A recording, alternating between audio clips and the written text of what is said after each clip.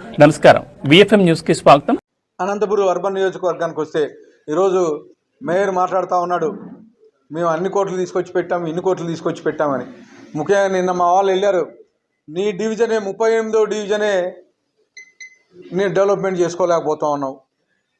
అక్కడికి వెళితే పందులు ₹1 కోటి పెట్టి పార్క్ డెవలప్మెంట్ చేశాను అంటున్నావు, దాంట్లో పందులు అవి తిరుగుతూ ఉన్నాయి. నిన్న వీడియోలు కానీ తీసుకొచ్చారు మా వాళ్ళు. నీ డివిజన్నే నిన్నటి నుంచి మా వాళ్ళు క్లీన్ చేయడం మొదలుపెట్టారు. అలాగే ఆ డివిజన్లో డెవలప్మెంట్ కార్యక్రమాలు కానీ మా వాళ్ళు నిన్నటి నుంచి అక్కడ ఉండే మట్టి అయితే ఏమే, అలాగే గత 3 నెలల నుంచి నీ డివిజన్లో కనీసం కాలువలు కానీ తీయలేదని చెప్పేసి అక్కడ లోకల్ వాళ్ళు కంప్లైంట్ చేస్తూ ఉన్నారు. ఆ కాలువలు కానీ తీపిస్తున్నారు, అక్కడుండే రోడ్లు ఏవైతే ఉన్నాయో అవి కానీ ఎస్టిమేషన్ లేపిస్తున్నాం.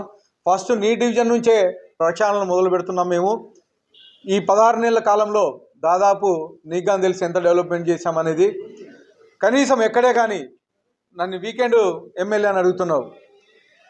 నేను ఏదైనా అవసరం ఉంటే రాజధానికి వెళ్ళి మా ముఖ్యమంత్రి వర్యులు నారా చంద్రబాబు నాయుడు గారితో ఫండ్స్ రాబట్టేసుకోవడం కోసం విజయవాడ వెళ్తూ ఉన్నాను. అలాగే మ్యాక్సిమం నేను కాన్స్టిట్యున్సీలోనే నేను తిరుగుతూ ఉన్నాను. కనీసం నీ డివిజన్లో ఎప్పుడన్నా గత 3-5 ఏళ్ళలో ఎక్కడన్నా ఒక డివిజన్ తిరిగిన దాఖలాలు లేవు. కానీ ఈరోజు కనీసం 3-4 ప్రోగ్రాంలు నేను అనంతపూర్లో ఉంటే 3-4 ప్రోగ్రాంలు ఒక్కరోజే చేస్తూ ఉన్నాను, పొద్దు నుంచి సాయంత్రం వరకు. మా కార్యకర్తల మీటింగ్లు పెడతా ఉన్నాను, ప్రజల మీటింగ్లు పెడతా ఉన్నాను. కనీసం ఎప్పుడన్నా ఒక మీటింగ్ పెట్టావా, ఎక్కడన్నా ప్రజలతో ఒక డివిజన్లోకి వెళ్ళావా అని అడుగుతూ ఉన్నాను నేను.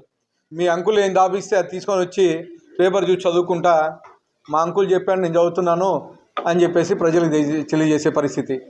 ఈరోజు సిగ్గు అనిపించాలా, నువ్వు మేయర్గా ఉండి కనీసం నీ డివిజన్లో పందులు బొరలాడుతూ ఉంటే ఒక ముస్లిం మైనార్టీ మేయర్గా ఉండి సిగ్గు అనిపించాలి నీకు.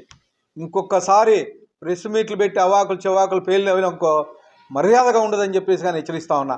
డెవలప్మెంట్ చూడండి, మీ నాయకుడు ఏం చేశాడు, మా నాయకుడు ఏం చేస్తున్నాడు అనేది కళ్ళు మూసుకొని మాట్లాడుతూ ఉన్నావు. ఖచ్చితంగా ఇదే పరిస్థితి కొనసాగితే చట్టపరంగా కానీ లేకపోతే ఇంకో విధంగా కానీ నీ చర్యలు తీసుకొని నీ మేయర్ పదవిని ఊడేదట్లుగా చేస్తానని చెప్పేసి కానీ హెచ్చరిస్తున్నా అని చెప్పేసి తెలియజేస్తా ఉన్నాను.